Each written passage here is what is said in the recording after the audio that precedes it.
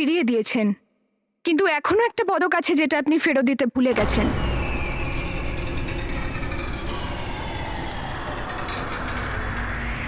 আমি ঠিক বুঝতে পারলাম না রাজকুমারী। আমি বুঝিয়ে দিচ্ছি।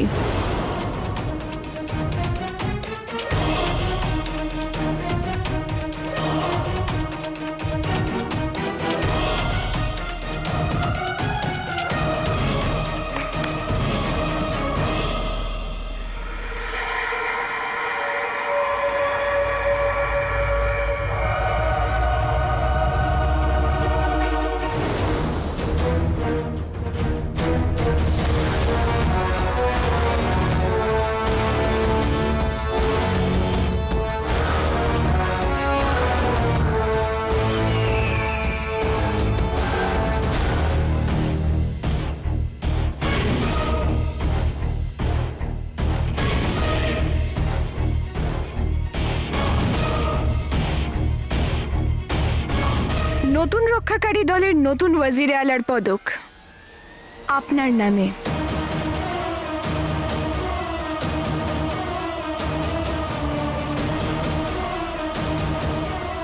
আপনি বাগদাদের ওয়াজিরে আলা ছিলেন আর ভবিষ্যতেও থাকবেন।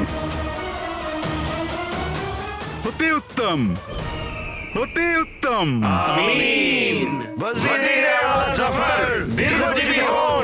আমি সত্যিই বুঝতে পারছি না আমি আপনাকে কি বলবো। আপনার কিছু বলার দরকার নেই ওয়াজিরে আলা। ভুল সবাই করে, কিন্তু তার মানে তো এটা নয় যে সেই ভুল থেকে আমরা কিছু শিখব না। আপনি বাগদাদের দুর্বলতা নন, বরং বাগদাদের শক্তি। আর বাবা আমায় যে দায়িত্ব দিয়েছেন তারপর আপনার অভিজ্ঞতার আমার আরো বেশি করে প্রয়োজন হবে। আমি অন্তর থেকে আপনার কাছে ঋণী রাজকুমারী। আমার কাছে বাগদাদের থেকে বড় আর কিছু নয়।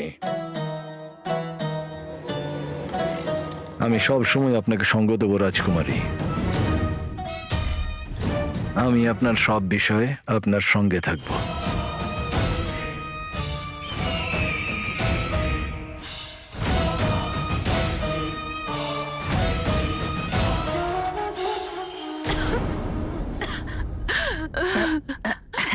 আরে রুকসার, রুকসার বোন আমার। আরে রুকসার, জল পরে হবে। তোর ছেলের চিন্তা কর, ও বেচারা। যদি তোর কিছু হয়ে যায় তাহলে আলাদিনের কি হবে? এক কাজ কর, এই কাগজটাতে একটা আঙুলের আরে শেখ জিনু, আসেন আসেন। ওঠো মা। মা, তুমি ঠিক আছো তো? সেটাই তো, কিভাবে কাশছে রুকসার। আমি এখান দিয়ে যাচ্ছিলাম, দেখলাম কাশতে কাশতে রুকসারের প্রাণটাই না বেরিয়ে যায়। মা, আপনি যখন জল এসে খেয়ে নাও গেছেন, মা। তাহলে আমি আর কি করব। আসছি।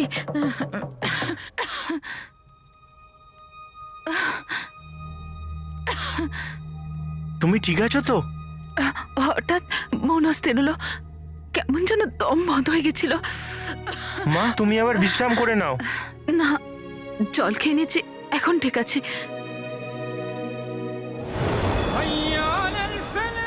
কালো চোর, আজ তুই আবার বেঁচে পালিয়ে গেলি, কিন্তু ওমার তোকে ছাড়বে না।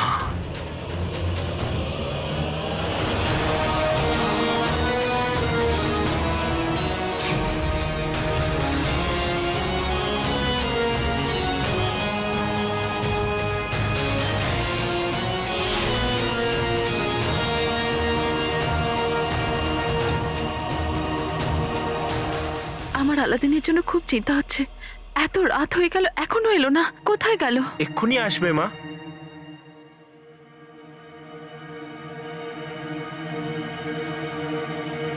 মা, হাই। আলাদিন,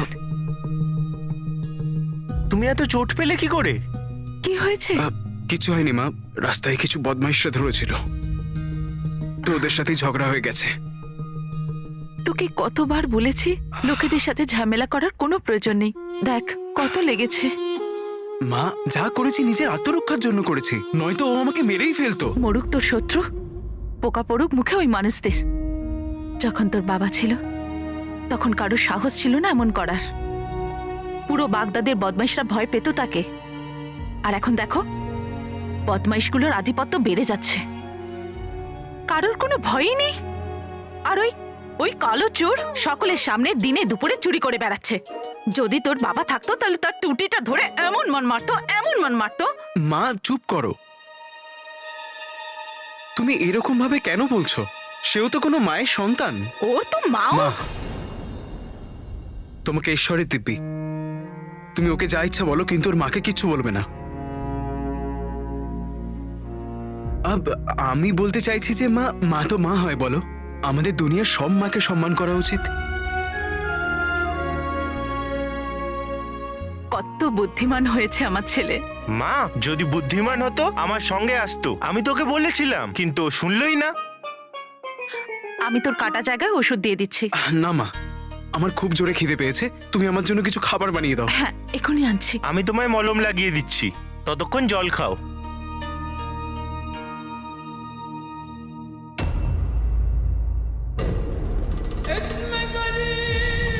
আপনি আমাকে সাহায্য যদি না করতে পারেন তাহলে কোনো ব্যাপার নয়, অন্তত আমাকে বারবার বাধা দেবেন না। এটা নতুন প্রজন্মের উদ্যম, আমি আর তুমি এর সাথে তাল মেলাতে পারবো না। ব্যাস ওয়াজিরে আলা, আর একটাও কথা নয়।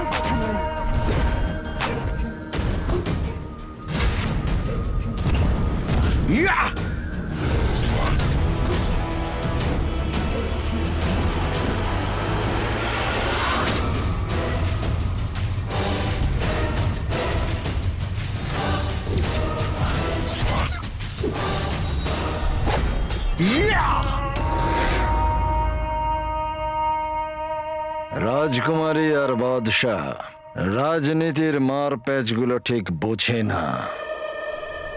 হয় মানুষের শরীরে মন না থাক, আর না হলে মনে আশা না থাক। সেই জন্যে এতদিন হেরে এসেছি। কিন্তু হুজুর, আপনি তো বাগদাদের ভবিষ্যতের বাদশাহ, তাহলে আপনি রাজদরবারে মাথা নত করলেন কেন?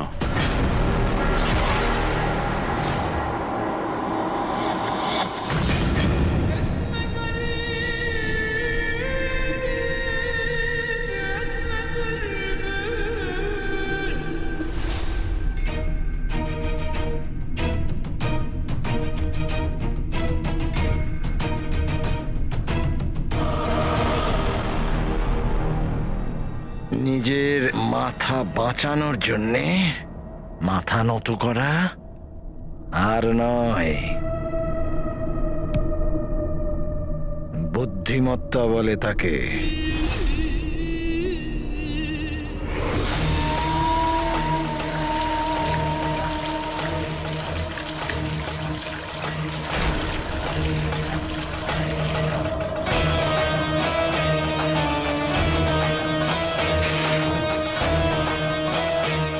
রাজকুমারী যে সেপাইদের তাড়িয়ে দিয়েছে, ওরা সবাই প্রত্যেকে গুফোর লোক ছিল। আর রাজকুমারী সেই লোকগুলোকে কড়া নজরে রেখেছে। রাজকুমারী, যদি তোমার প্রথম থেকেই সন্দেহ ছিল তাহলে ওই সৈন্যদের তুমি যেতে দিলে কেন? কারণ প্রীতি আমাদের রক্ষাকারী দল, আমাদের সৈন্য, আমাদের কয়েদখানা, এমন কোনো জায়গায় নেই যেখানে ওই গুফো পৌঁছতে পারবে না। তোর মনে আছে প্রীতি, আমার বাবার মতো দেখতে ওই লোকটা যে বহুরূপীটা আমাদের প্রাসাদে এসেছিল? হ্যাঁ। তাকে আমাদের প্রাসাদে আমাদের চোখের সামনে মেরে ফেলা হলো, যাতে ও সত্যি কথা বলতে না পারে। এইভাবেই ওই গুফো আমাদের প্রাসাদে ঢুকে পড়েছে। আমি এই কারণেই আমাদের সৈন্যদের এখান থেকে বার করে দিয়েছি, যাতে আমি ওদের ওপর নজর রাখতে পারি। রাজকুমারী সেই লোকগুলোর উপর কড়া দৃষ্টি রেখেছিল। তুমি খুব ভালো করে জানো যে তোমাকে ওদের সাথে কেমন ব্যবহার করতে হবে। ওই সবাইকে এমন ভয়ঙ্কর মৃত্যু দিও যাতে সবাই বলে, বাহ, দুর্ঘটনা। আজ্ঞে হুজুর, এরকমটাই হবে।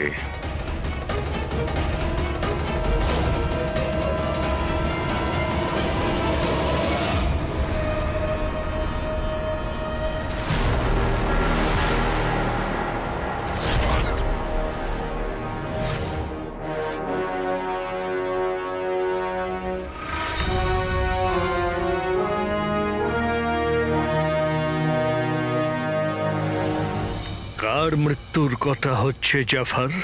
বাদশাহ শাহনওয়াজ, কালো চোরের মতো আরো অনেক লোক আছে যারা বাদশার জন্য গোপন কাজ করে থাকে, যারা গরিবদের ওপর অত্যাচার করে, অন্যায় করে। এই রকম লোকেদেরই আমি মারার কথা বলছি। তুমি আমাকে এটা বলো, তুমি তো কালো চোরকে খুঁজতে গেছিলে, কি হলো তার? ব্যাস, মনে করো ও আমার বন্দি হয়েই গেছে। কি? কিভাবে? আমি ওর আরো কাছে পৌঁছে গেছি। এই হলো ওর হাতের তকমা।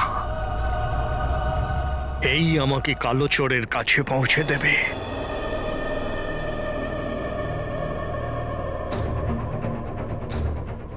এটা তো তেলের খনিতে কাজ করে মজদুরদের দেওয়া হয়ে থাকে।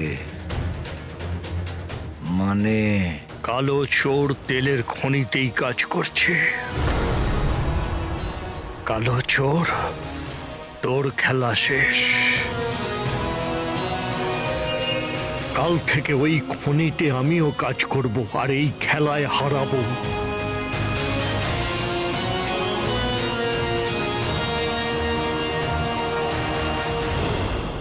এখন এই ঘটনাটাকে কাকতালীয় না বলে আর কি বলা যায়? আমার লক্ষ্য ওই কালো চোর, ওমর আর রাজকুমারীর স্বপ্ন চারটি একটা জায়গায়। এবার আমার ওই তেলের খনিতে যাওয়াটা খুব দরকার। তেলের খনি, এসো সবাই তাড়াতাড়ি, আসতে দাও। আমার এটা মনে হয় প্রীতি যে গুফোর পরবর্তী লক্ষ্য তেলের খনি হবে। রাজকুমারী যদি এরকম হয়তো, মানে যদি তেলের খনি না হতো, তাহলে তো মহামান্য বাদশার স্বপ্ন ভেঙে যাবে। আর যদি মহামান্য বাদশার স্বপ্ন ভেঙে যায়, তাহলে তোমার স্বপ্ন ভেঙে যাবে। তোমার স্বপ্ন ভেঙে গেলে বাগদাদের স্বপ্ন ভেঙে যাবে। আর এই কথাটাই সে জানে, সেই জন্যই ও সেটা করতে চাইবে। যে তেলের খনি আমাদের বাগদাদের স্বপ্ন, সম্পদ। আর আমার সম্পূর্ণ বিশ্বাস গুফো এটাকে নষ্ট করতে অবশ্যই চাইবে। তাহলে তো রাজকুমারী আমাদের পাহাড় আরো বাড়ানো দরকার। প্রীতি, আমি তো জানি না যে কোন সিপাহী আমাদের বিশ্বস্ত আর কোন সিপাহী ওই গুফোর বিশ্বস্ত। তাহলে কি করবো আমরা?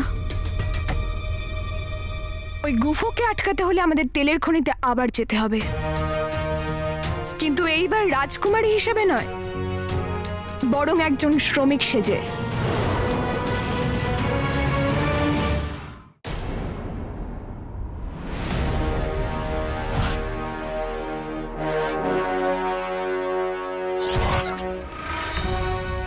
এবার সময় আছে অল্প, আর জীবন তোর বিপদে।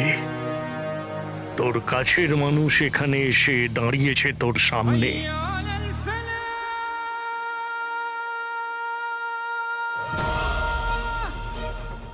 বাদশাহ শাহনওয়াজের বোরে কালো চোর, এবার তুই আর বাঁচতে পারবি না।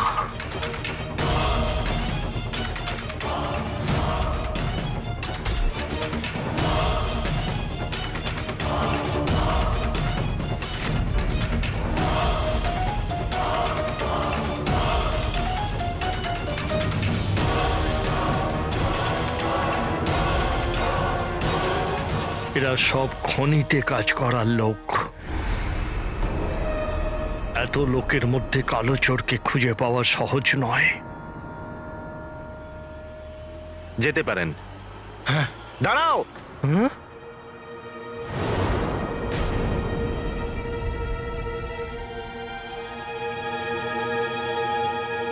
তুমি ভেতরে যেতে পারবে না, কারণ তোমার কাছে পরিচয়ের কোনো তকমাই নেই।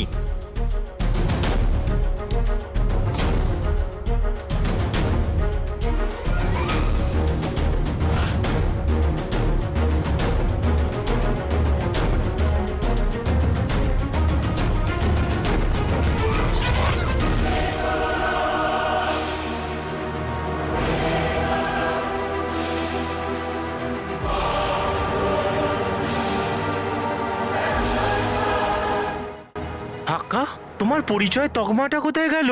জিনু, মনে হয় পাহাড়ের সাথে লড়াই করবার সময় তকমা ওখানেই পড়ে গেছে।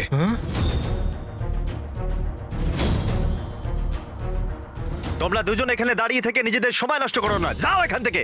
আচ্ছা দেখুন, ভদ্রভাবে কথা বলুন, এটা আমার ভাই। আর যদি ভদ্রভাবে না কথা বলি, এই এই এই এই এই!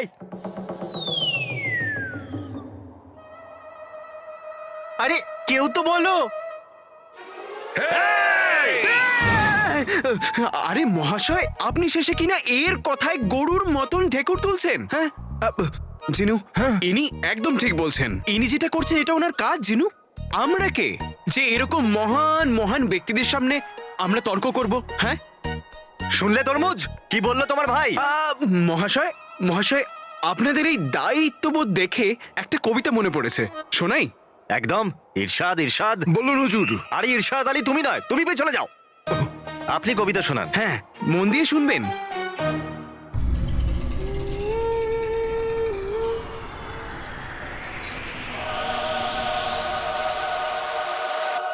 কি প্রশংসা করব সেই বাঘের যে আমাদের তাড়িয়েছে। আসলে সে তো একটা বেড়াল যে পরে আফসোস করেছে। বাহ বাহ, খুব ভালো। তুমি তুমি ভেতরে যেতে পারো, চলো।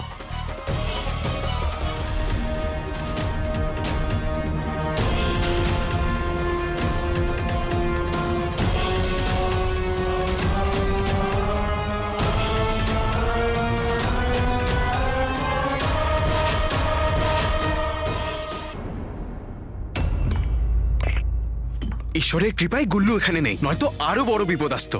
জিনু চল কাজ করে নি, এমনিতেও আমরা অনেকটা সময় নষ্ট করে ফেলেছি। এই নে।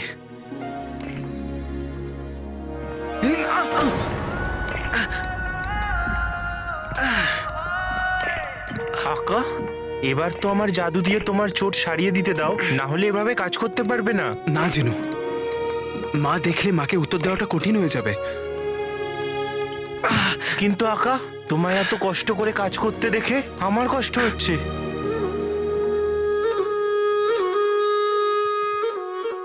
কষ্ট তো তখন হয় জিনু, যখন বাবার নাম নিয়ে লোকেরা মায়ের উপর আঙুল তোলে। সেই কষ্টের সামনে এটা তো কিচ্ছু নয় জিনু, কিচ্ছু না। তাই যতক্ষণ না আমি এই খনির কাজ শেষ করে প্রাসাদে পৌঁছে বাসার থেকে আমার বাবার সত্যিটা না জানছি, আমার ক্ষত ঠিক হবে না। আমাদের এটা মায়ের জন্য করতেই হবে। মায়ের জন্য? মায়ের জন্যে, মায়ের জন্যে, মায়ের জন্য।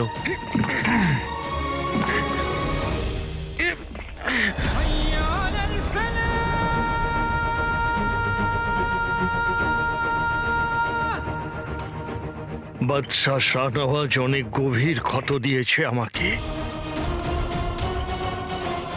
এই ক্ষত পূরণ করার প্রথম পদক্ষেপ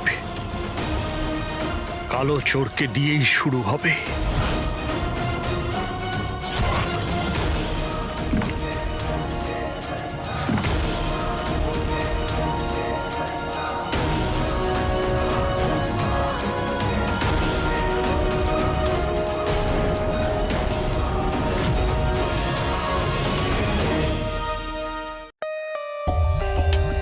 For more updates, subscribe to our channel, click the show links and enjoy watching the videos.